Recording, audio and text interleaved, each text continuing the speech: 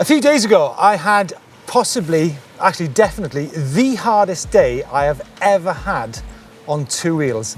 75 kilometers, over 3,000 meters of climbing, and 12 individual stages against the clock. I used 3 batteries and I had double leg cramp. I'm now joined by the man responsible for that thing, Enrico Guala, and the question is, have we actually now reached the limit of e-mountain bike racing? Now, Enrico, 75 Ks, 3,000 something meters of climbing. I have actually done more than that in the day. When I've done Tour Mont Blanc, we were doing 5,000 to 6,000 meters of climbing and over 120 kilometers. But that event wasn't actually against the clock. This one was. And like I just mentioned, it's probably the hardest day I've ever had on two wheels. Have we actually now reached the limit of what's possible on an eMTB? Probably not of what is possible, but of what we want to have in a ews-e event. I think intensity is a key word to read what we did here, because you didn't mention the fact that the liaison were tight on time.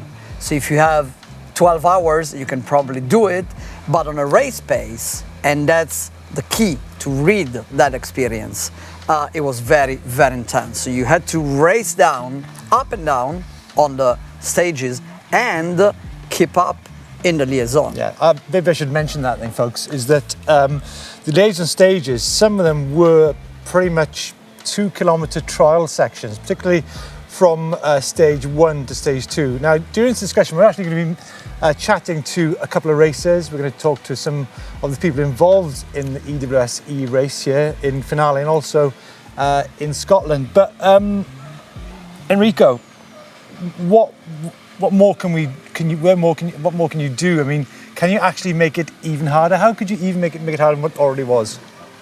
I don't think it's the direction to go, honestly, Steve. I think we want to showcase what's possible on an eMTB and to make people understanding that it is a proper sport when you design the course and the stages for e-bikes. I need to say that none of the stages were in common with the EWS Pro. Mm-hmm. So we designed a course that was meant to be for e-mountain biking, up, down, intensity, technicality, and physicality. Yeah, I mean, so what was the feedback you were getting from some of the riders then? I mean, yeah, a lot of the pros did find it tough, didn't they? They found the e-bike tougher than the normal one. Did you think we'd ever be having this discussion after, the ews began 8 years ago, and they were talking about, hold on a minute, the ews-e is actually harder than the EWS?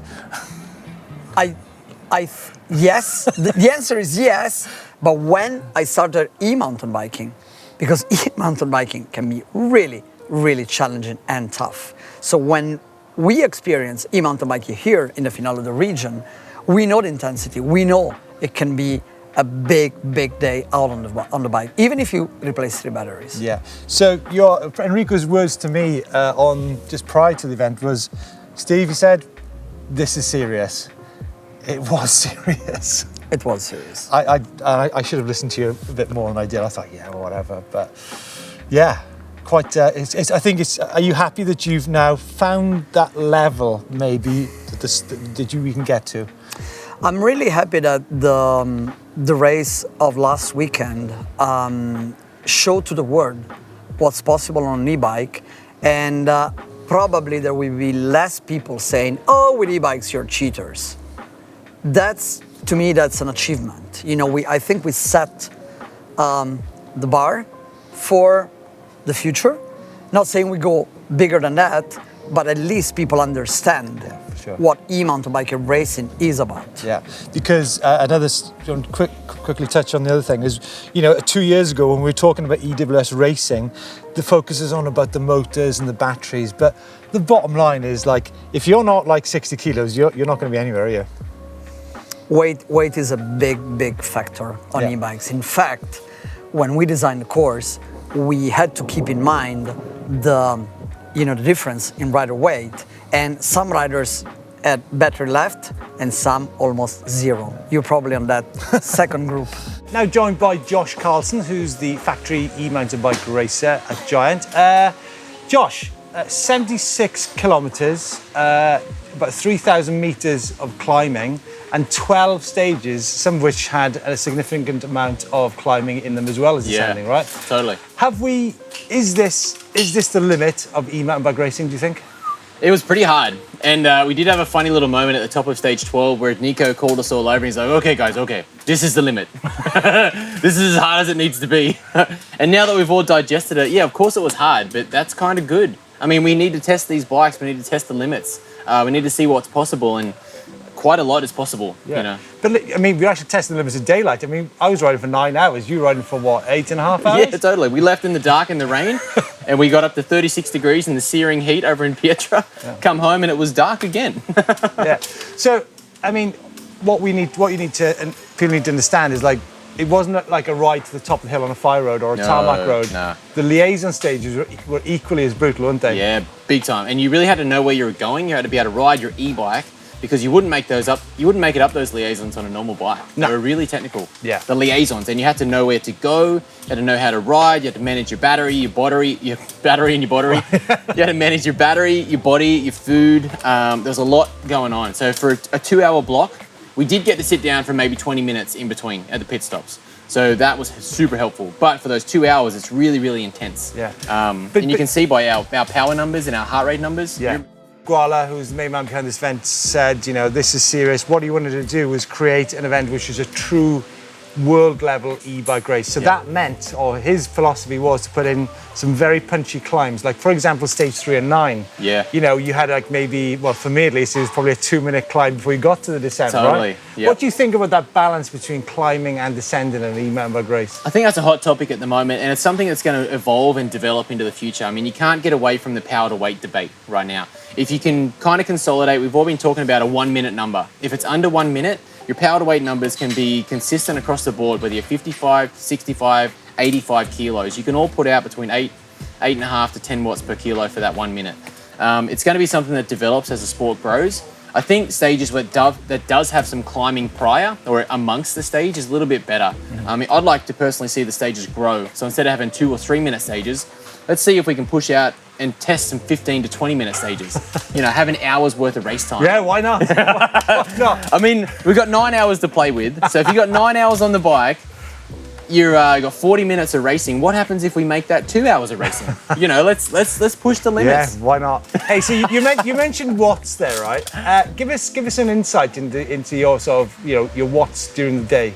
So during my day, I mean, it averaged out for the whole time. You had about 4.5 to 5 hours of moving time, 9 hours total, but you averaged close to 280 watts for that entire time. What? So some of your peak power numbers, I mean, I don't have a power meter on my bike, but I do have, it does average out my watts throughout the day. So I don't know what my peaks were, but I know that my peaks in training are close to 2,000 to 2,100 watts on my max sprint.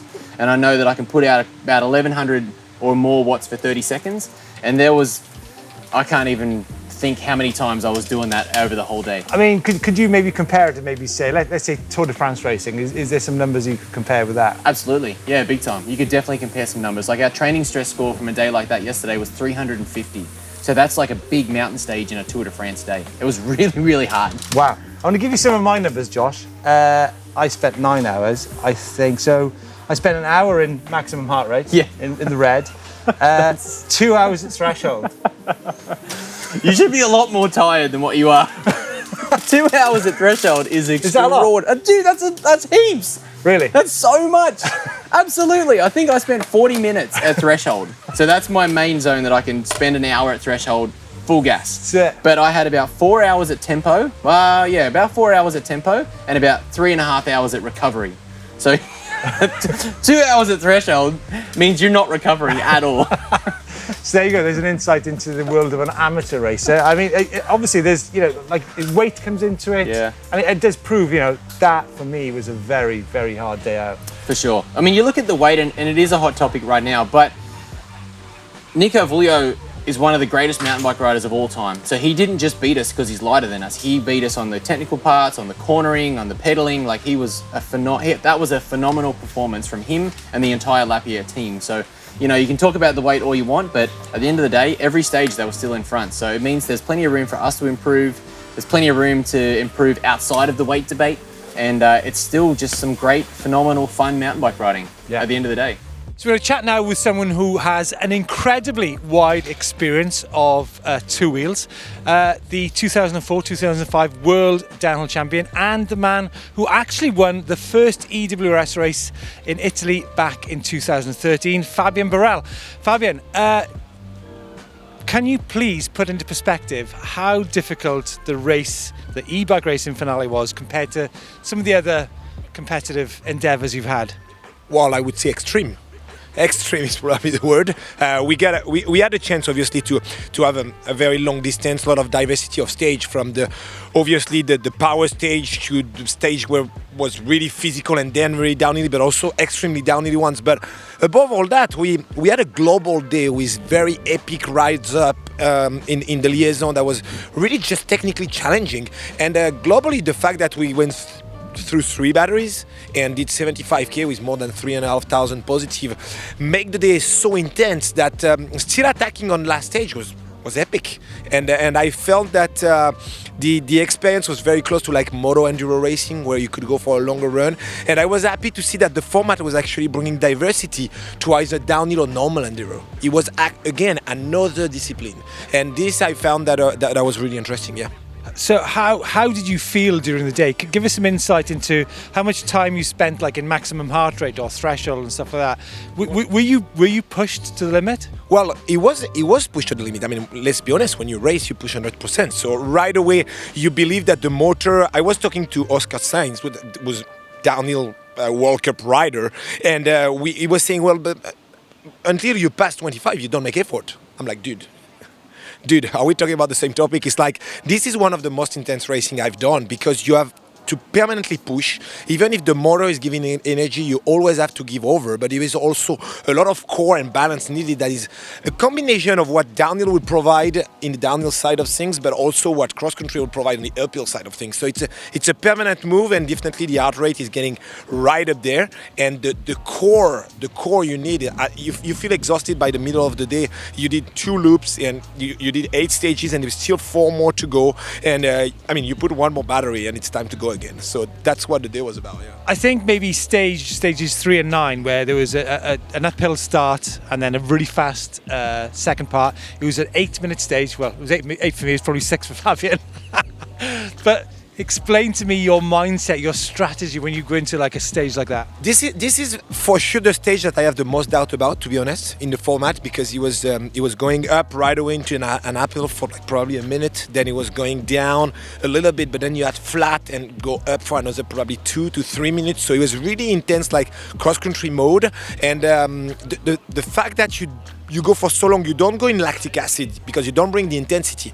But then you have the global tiredness that when you engage your downhill, your heart rate is 190 or 185, and then you commit and you need to do plyometric effort to actually still bring the bike in the corners at a certain speed, and all that in one is making a crazy intensity. Yeah. Isn't it funny how, you know, down the coast there, 8 years ago we did the first ever EWS. Yep. Did you ever think that we'd be chatting here on the beach 8 years later about e-bike racing being really difficult? So you know the most thing that we have to laugh about. I'm fully with you on that one. But at one point I was doing one of those power stage, super technical, and having fun about it, and then going down in a liaison by one of the nicest trails that I would have loved to have timed on. So I was like, I would never thought that I was actually going to time up and ride down slowly. And this was one of the funny thing of the race itself. But I would say that the format still needs to be understood properly.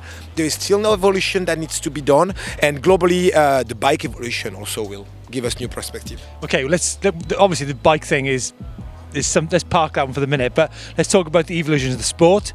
Can it actually be harder? I mean, are there enough hours in the day for it to be even harder than it was, or we're at a limit? Well, let's be honest. We do 40k race with a normal bike. Now we do 75 to 80k race with e-bikes. If the e-bikes becomes even more performant in terms of power, we might go to 100. We might go to 120. And I mean, the beauty of e-bike, people are like, oh, e-bike is a kind of a lazy. I'm like, no, you can just do more. You can do the same thing, but more amount of K, more downhill and more fun. So from my perspective, I mean, I'm passionate by downhill. I love Norman Enduro, but I do believe that Enduro e-bike has got its place as well massively here. But Fabian, more riding actually means at the same time more fatigue in the riders. But that's what I mean. It's like we're gonna have a different fatigue. When you go do 40K with a normal bike, you get tired from the legs mainly, because most of the time is what you're doing is just pedaling. On e-bike, there is a lot of core. And when you do motorbike racing, you actually have a lot about strengths and plyometric. And right now, I think we're gonna find an in-between, where it's gonna be between the cardio, between the strengths, between the core. It's gonna be a global balance. So it will be super interesting. Yeah. Right. Thanks, Fabian. I think your mates are asking you to go in the sea. So, hey, thanks for that insight. It was a pleasure. And it was great to see you racing as well. It was a pleasure. Thank you. Turn our perspective now to someone who is pretty important to EWS, actually the founder of EWS, first race in 2013, Chris. Did you ever think that we'd be having a conversation that the e-bike race was potentially harder than the standard race? I think since 2013 there's a lot of things that have happened that I didn't see coming. This is definitely one of them, that's for sure. E-bikes, I mean, yeah, well, one incredible short history and fast evolution, eh? So the general consensus was this was a very hard race here in Finale. What's been the feedback you got, not just from the pros, but from the privateers as well? It's been amazing to see it develop, actually. We started the format idea about 4 years ago, almost 5 years ago now. Fred Glow, Enrico, real visionaries down in this area, you know, and it was always an idea, and I think until you started to do it, people didn't really know kind of what was in our minds, and that was this sort of trying to achieve things and ride things that maybe you couldn't do on a normal bike. It was not just an electrified version of bike racing, it's actually something different. And I think this weekend we really saw that for the first time. That's kind of where we want to go with this. I mean, Enrico said this is serious. Did you have any insight into just how serious it was? More than you, I think. but tell me, what have the pros and the privateers been saying? What have they been saying about this particular event? I think it's really opened people's minds, to be honest. I think a couple of really important things have happened. One, Adrian Day, incredible. Obviously, Nico Vuglio's the master. He spoke to me in 2015, said, Chris, I want to do e-racing. So he's had, you know, half a decade of this already behind the scenes. But Adrian coming in as a young guy really switched people on to what can be, you know, possible on these machines. I think the way they ride, how capable they are, you know, where you can get to and how quickly, that's really opened people's minds. So feedback's been brilliant. But Chris, you're not answering the question. What's been the feedback? I mean, I can tell you, it was one of the hardest things I've ever done. Certainly some of the pros said it's one of the hardest things I've ever done. Chris, God, you must have had more comments than that. Really good. Really very good. Honestly, very, very good. Very, very good. A lot of pros watched the race last week in Crans Montana. You know, and Adrian and the guys were like, oh, that looks pretty good. And then they did one here and they were like, oh, no, that is really good. I don't think anyone expected it to be as hard. Like you said, quite as serious as it was. We were thinking, like, we're going to push the envelope on this and we're going to keep doing that. It reminds me of EWS in the early years, you know, when we're like, where can we take this thing? Like, where are the boundaries? I'm not sure we've even found them in E yet. Oh, crikey. Jack, that's my last race for sure. I mean, how much more can you actually put into a day? Exactly. No, I think you're right. Well, there's 14 stages next week in Scotland. What did you do here? 11? Yeah, exactly. So, in terms of the format then, I mean, we're 4 races into EWS world level racing. I mean, are we going to, what do you think we might see in the future possibly? Like more days, longer stages, more climbing, less climbing? No, I don't think massive amounts more. I think it's a lot of fine tuning now. You know, we tried a lot of climbing in stages, climbing before descents, climbing mid descent. You know, there's a lot of feedback on, oh, maybe we could join these 2 stages together. You go up, down, you know. So there's probably more of a fine tuning to be done in the way the race runs. As Enrico always says, it's like how, you know, cooking good pasta, there's a load of different ways you can actually achieve that. So I think we'll see more of that. I think the limit in terms of the hours, we've achieved that for sure. It was getting dark when you guys were finishing. You couldn't have coped with more cramp, I think. But I think, yeah, we'll really see where that goes, you know, what people like and what creates a close, exciting race format. Some of the heavier guys as well, you know, they're saying actually the power stages at about a minute are great because their minute power allows them to really just be equal with a much lighter rider. We need to really explore that a lot more. I think, for me, I think, is one of the great things about e-bike racing. I mean, I thought e-bike racing would be great just to adventure some great trails and not go pedaling up the road and stuff like that, but e-bike racing means you're riding technical terrain all day. It's great, isn't it? Well, the simple goal we had when we said, what is an e-bike enduro? So goal number one, we're going to bring the liaisons into the race. It's no longer about getting from A to B to start the good bit.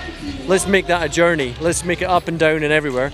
And the ultimate goal will be a 100% single track loop. So you're riding as much up as you are down and enjoying the whole thing, or enjoying it as much as you can when you're 180 beats a minute. But that's the point. The point is to make that whole day experience and make it intense for the whole day, which I think you had a taster of. I did. Thanks, Chris. So there you go, folks. A really interesting insight into EWS racing, tough old sport. Enrico, thanks. I genuinely thanks so much for putting on that event, which was the next level. And I'm looking forward to coming back next year. What can we expect next year, do you think, here in Finale? Big surprise. But folks, remember, EWS-e is not just about the pros. You've got the EWS 50 and you've got the EWS E100 as well. And it's a fantastic way to go and see this amazing area. So get yourselves down here and give it a crack. Thanks, Enrico. You're welcome.